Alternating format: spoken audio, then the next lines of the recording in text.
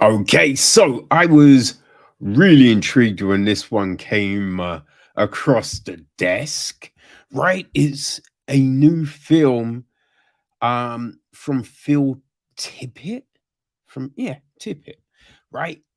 It's called Mad God, and it's a stop motion animated piece, right? Oh man, like for me, stop motion, just it just brings back happy memories of stuff like the Seven Voyages of Sinbad, right? Sinbad, the Eye of the Tiger, Jason and the Argonauts, Clash of the Titans, Ray Hassel, Ray Harry Hasselhoven. You know that dude, right? I can never pronounce my man's name, but yo, loved his work. You know what I mean? Then you had like the Jim Henson stuff. Man, stop motion. Love that shit. But we've kind of moved away from it, you know what I mean? So it's always intriguing when new people come along and bring us back that flavor. So yeah, I was like, yeah, I've got to check this out. So yeah, Phil Tippett, and Phil Tippett, right? He worked on like Star Wars, did like what I mean, created a lot of the pieces for Star Wars. He did what Jurassic Park, RoboCop.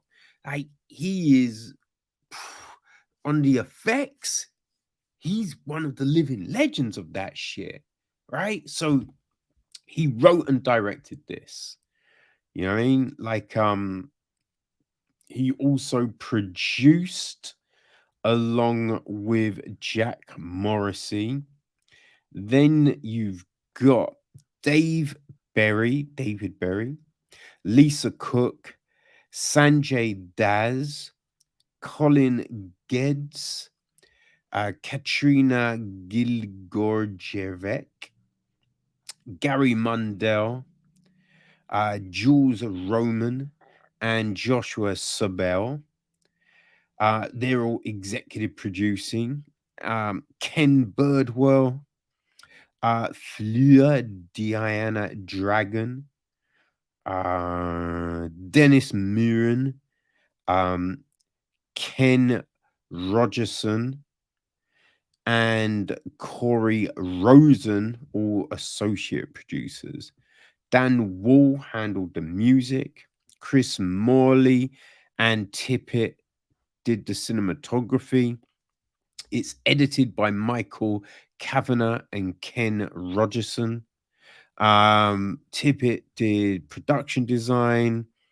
Set decoration was Damon Bard, Robbie Bean, David Berry, Hans Brecky, Chantel Buck, Morris Calegari, Emily Christman, Natalie Koblenz, and Samantha Tippett. Makeup department was Jason Barnett, um, John Dunlap, Dave Taylor, and Kalim Winata were on post production. Oh, should give the props, people, right? So Bill Bowes, Ken Chong, Webster Colcard, Ree Crawford, Norma Del Carlo, Eric Dillinger, Mark Dubois, Chuck Duke, Brian Flora, Brett Foxwell, Craig Hayes, David Lua, Zoe Lynn, Ken Rogerson, Katie Sabisa, Freddie Shorman, Tippett, Samantha Tippett, Miles Votek, and Don Walker all were on props. I mean, there's even more people involved, but we cannot go on. Oh man. Um, yeah. So we had all of that. It's a silent film. I mean, there is some like like noises and shit, but there's no actual dialogue, right? Um, so what's it about, right? The film follows the assassin through a foreboding world of tortured souls, decrepit bunkers, and what wretched, yeah, wretched. Whew. I, I think this is wretched. Yeah, monstrosities forged from the most primordial horrors of the subconscious mind. Every set creature and effigy in this macabre masterpiece is handcrafted and painstakingly animated using traditional stop motion techniques. Mad Dog is a labor of love, a testament to the power of creative grit, and a homage to the timeless art of stop motion animation. Ready your eyes, ready your spirit, prepare to meet your maker. So, yeah, that's. I mean, it doesn't really, it doesn't tell you a lot, right? But yeah, it's. I mean, it's a crazy story, you know. There is a director's statement from Tippett. So a Mad Dog kind of defies description. I would agree. I look at it like creating a narrative that the audience members themselves will complete. All the objects are very understandable in terms of our everyday experience, but they're put together in a way that's kind of broken and reconfigured. I wouldn't call it surrealistic, more like using an unconscious frame of reference to build things with. The final form of Mad God is the memory of it after you watch it.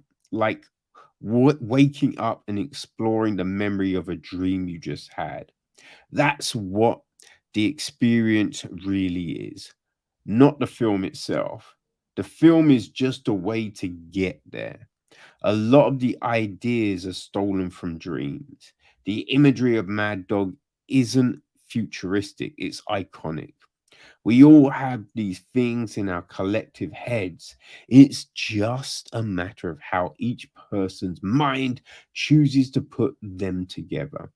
None of the actual imagery comes from a specific dream, but the whole thing is influenced by the kind of human experience.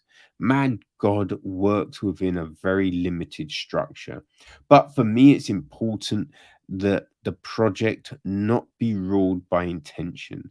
I'm letting the work tell me what it wants to be. I'm like an abbot in the church of Mad God, and I just do what the deity tells me. Hmm. Okay, Phil.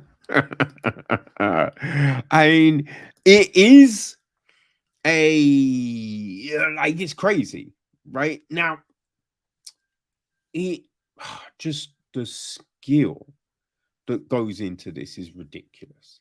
It really is. I mean, the kind of our main character, the detail, it is so impressive. It really is.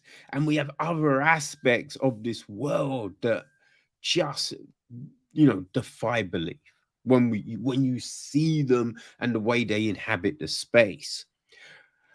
We've got all manner of beings also in this world, right? And I do like the fact that there isn't a like defined shape for these things. They're all over the place, right? It's so varied. It's not the whole, I mean, the old school Star Trek, let's put a wrinkle on the forehead, hey, there's an alien, right? We got all these different kind of interpretations, which crazy. Now, some of these beings are, I think, more refined than others, right? Some look really good. Some, look a little, you know, basic, but they're usually tiny things in the foreground kind of thing, you know what I mean? Uh but yeah, it's I mean, I couldn't tell you what the fuck this is about, to be honest with you people. I have no fucking clue, right? Because the initial stuff that we see, right? This dude like trying to infiltrate this space. So we have this going on, and then it just kind of goes and takes you somewhere else, right? And this thing happens, and we're watching kind of flashbacks or saved memories or something. So we're watching all of this, and it goes, further into this thing, and you're kind of like, okay, where are we in the memory still, or are we somewhere else? What's going on? And the end of it, right, where it takes you, I was just like, huh? wait, wait, what? Huh? Oh, I'm not quite sure. I'm not quite sure. So yeah, story, it's a little thin on the ground, but right, it's everything that builds that, visual thing that we see is just so impressive. It really is.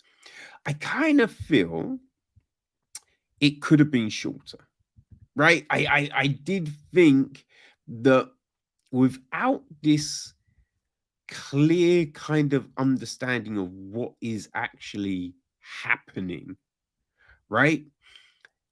You do, I don't know, you do kind of drift a bit, right? So I think if it was shorter, or if it was, say, a 2-part, 3-part TV series or something, it may have worked a bit better, that you just absorb this chunk, you can go away and let that coalesce, come back for the next. It may have worked a little better like that. I don't know. Right? I guess it depends on the way you process this. But yeah, I did find myself after like this first, I don't know, let's say third of the piece, when we get this huge shift in what's going on, it was a bit like, okay, um, am I happy this happened? Like, who am I rooting for? What's going on? And it's not like I need everything spelled out, but without, I don't know, this anchor, right? This thing that helps you determine who they are, right? The purpose of what we are seeing. I did find myself a little bit like, what's that over there? You know what I mean? I felt a little adrift. But yeah, as I said, look, visually still stunning. Still stunning. There are parts that are very dark. So I found it a bit difficult to see precisely what was happening. But, you know, site's fucked. So maybe it works for other people, There, I will say that at the very start, there is kind of a rolling scroll of, I'm assuming, right? It's laying the groundwork for what we're gonna see. Now, it had a kind of calligraphy kind of feel to it. So I could not read that at all. You know what I mean? So maybe that again, that could give us a whole heap of info. Right. So there are things that I think I may have missed here. So for anyone else, it might work on a different level. Right. But even though I feel it's a little long, right? And you do kind of get lost a little as a piece of work, right? As an artistic piece, phenomenal, right? It's crazy. It's crazy what they've been able to do. So, like, just knowing the process of stop motion and how long it takes, super impressed. Super impressed. So, if you like stop animation, if you've enjoyed the things Tippett has done in the past, right? Just all of this stuff that he's worked on over the years, then yeah, obviously you will want to give this a look, right? It drops on Shudder. I think it's the 16th, right? 16th of June. So yeah, people, if you've got Shudder, this is something else you can dip your toe in. There's there's there's a free week trials all over the place. So yeah, people, go in, have a look, right? You can see all these other films that we've talked about over the years, and I'm sure there's gonna be enough to keep you cool, right? New things are always dropping. So yeah, if you like horror and weird and macabre, hey, why ain't you got Shutter? You know what I mean? So people, yeah, Mad God, crazy stop animation from Phil Tippett. Boom. There you go. It'll be dropping 16th of June. If you're down with that, then you will want to give it a look.